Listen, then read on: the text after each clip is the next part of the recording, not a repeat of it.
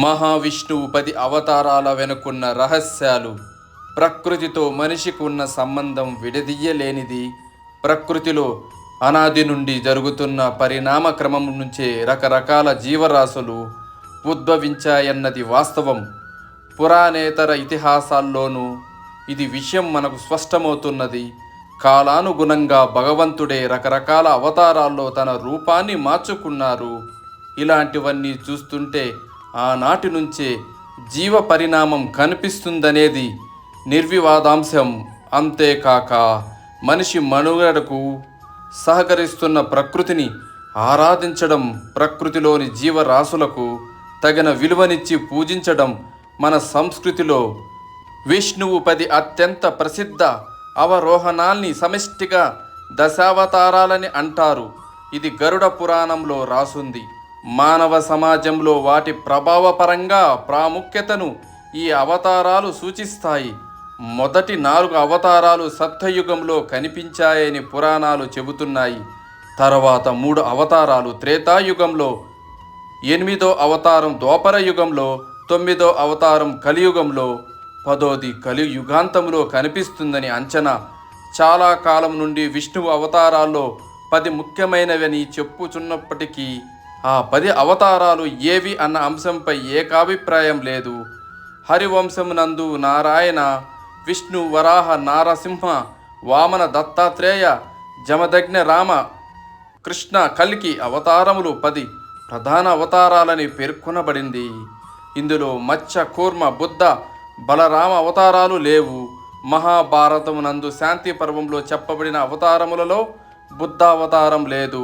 మత్స్య పురాణంలో ధర్మ, నరసింహ, వామన అవతారములు సంభూత అవతారములని, దత్తాత్రేయ, మాందాతృ, పరశురామ, రామ, వేదవ్యాస, బుద్ధ, కల్కి అవతారాలు మానవ జన్మ అవతారాలని, దశావతారాలను ఏకరువు పెట్టినది.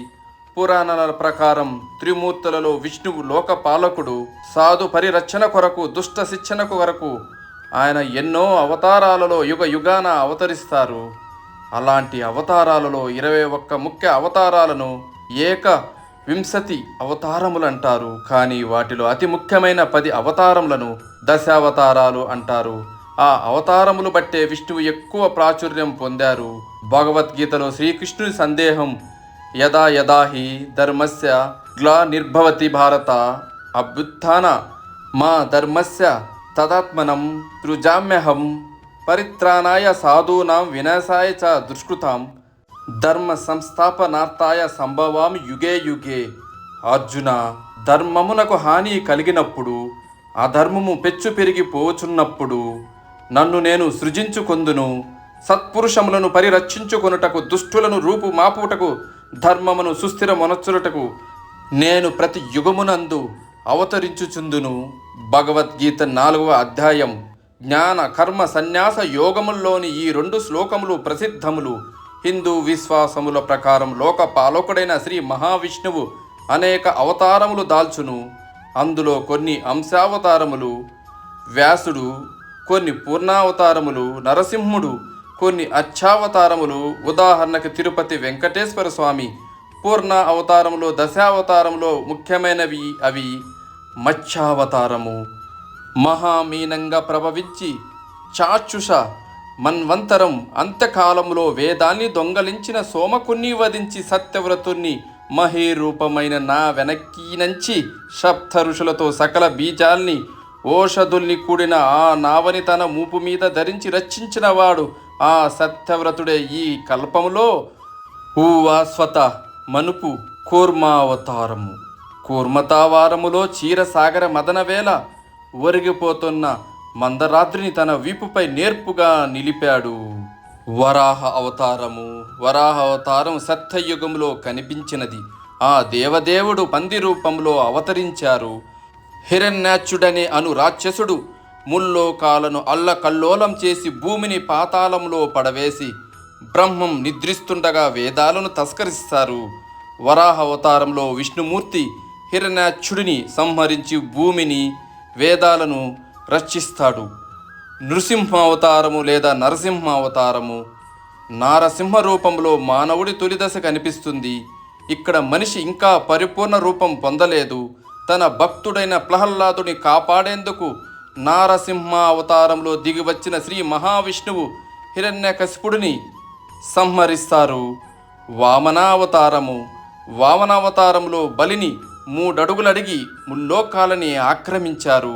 అంటే శ్రీ మహావిష్ణువు మరగొజ్జు రూపంలో వచ్చిన వామనుడు 2 అడుగులతో అండపిండ బ్రహ్మాండాలని ఆక్రమించి 3వ పాదంతో బలి చక్రవర్తిని పాతాళానికి పంపుతారు. ఈ అవతారంలో భగవంతుడు మానవ రూపంలో కనిపిస్తారు. మానవులు మొదట మరగుజ్జులుగా ఉన్నారనే విషయం ఇక్కడ మనకు తెలుస్తుంది. పరశురామ అవతారము కుపీత భావంతో బ్రాహ్మణ ద్రోహులైన రాజుల్ని 21 సార్లు వధించి భూమిని క్షత్రియ శూన్యం గావించాడు. మనిషి రూపంలో ఉన్న అనాలోచితంగా ఆవేశపూరితంగా ప్రవర్తించడం కనిపిస్తుంది. అంటే నాగరికతకు పూర్వపు జీవులకు ఈ అవతారం ఒక ఉదాహరణగా చెప్పుకోవచ్చు. రామావతారము శ్రీరాముడై దేవకార్యార్థమై రాజత్వాన్ని పొంది సముద్ర నిగ్రహనాది పరాక్రమాల్ని ఆచరించాడు. ఇక్కడ మనిషి సమాజంలో ధర్మం కోసం జీవించడం తనకన్నా సమాజానికి ఎక్కువ ప్రాముఖ్యతనివ్వడం కనిపిస్తుంది. రామావతారం పరిపూర్ణ మానవుడికి ప్రతీకగా నిలుస్తుంది. మానవ జీవనం ఎలా సాగాలో ఆచరించిన చూపిన రాముడు ఆదర్శ పురుషుడయ్యాడు. బుద్ధావతారము బుద్ధుడు మరియు బలరాముడు విష్ణువు యొక్క అవతారములని ప్రతీతి. ఉత్తర భారత సాంప్రదాయం ప్రకారం బుద్ధుడు అవతారమైతే దక్షిణ భారత సాంప్రదాయం ప్రకారం బలరాముడు విష్ణు అవతారంగా పరిగణిస్తారు. కలియుగాదిలో రాక్షస సమ్మోహనం కోసం కికట దేశంలో జనసుతుడై బుద్ధుడనే పేర ప్రకాశిస్తారు.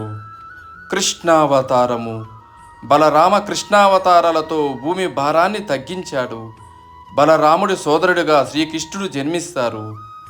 ధర్మ సంస్థాపన కోసం ధరించిన ఈ అవతారంలో అర్జునుడికి జ్ఞానబోధ చేసి కురుక్షేత్ర సంగ్రామంలో కౌరవులపై విజయం సాధించేందుకు ఆయన రథసారథిగా నిలిచారు. శ్రీకృష్ణుడు ఇక్కడ మనిషి సమాజంలో ఎలా జీవించాలో తెలుసుకున్నాడని పురాణాలు చెబుతున్నాయి. కల్కి అవతారము చివరగా కలియుగ కృటాయుగ సంధిలో రాజులు చోరులు మారి సంచరిస్తుంటే విష్ణుయసుడనే విప్రునికి కల్కి అనే పేర ఉద్భవిస్తాడు. సర్వమేచ్చ సంహారం గావిస్తారు. ధర్మ సంస్థాపనకు సజ్జన సంరక్షణ దుర్జన సంహారం కోసం ప్రతి యుగంలో తాను అవతరిస్తానని సాక్షాత్తు ఆ పరమాత్మ భగవద్గీతలో చెప్పారు. ఈ అవతారాలన్నీ అందుకు ప్రతీకలే.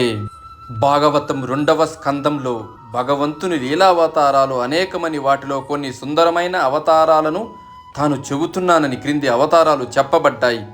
1వది వరాహ అవతారం, 2 సుయజ్ఞ అవతారం, 3 కపిలావతారం, 4 దత్తాత్రేయ అవతారం, 5 సనకాద్య అవతారం, 6 నరనారాయణ అవతారం, 7 ధ్రువావతారం, 8 పృథురాజావతారం, 9 వృషభావతారం, 10 హయగ్రీవ అవతారం, 11 మత్స్యావతారం, 12 కూర్మావతారం, 13 ఆదిమూలవతారం, 14 వామనావతారం, 15 హంసావతారం, 16 మన్వతారం, 17 పరశురామ అవతారం, 18 రామావతారం, 19 కృష్ణావతారం, 20 వ్యాసావతారం, 21 బుద్ధవతారం, 22 కలికావతారం.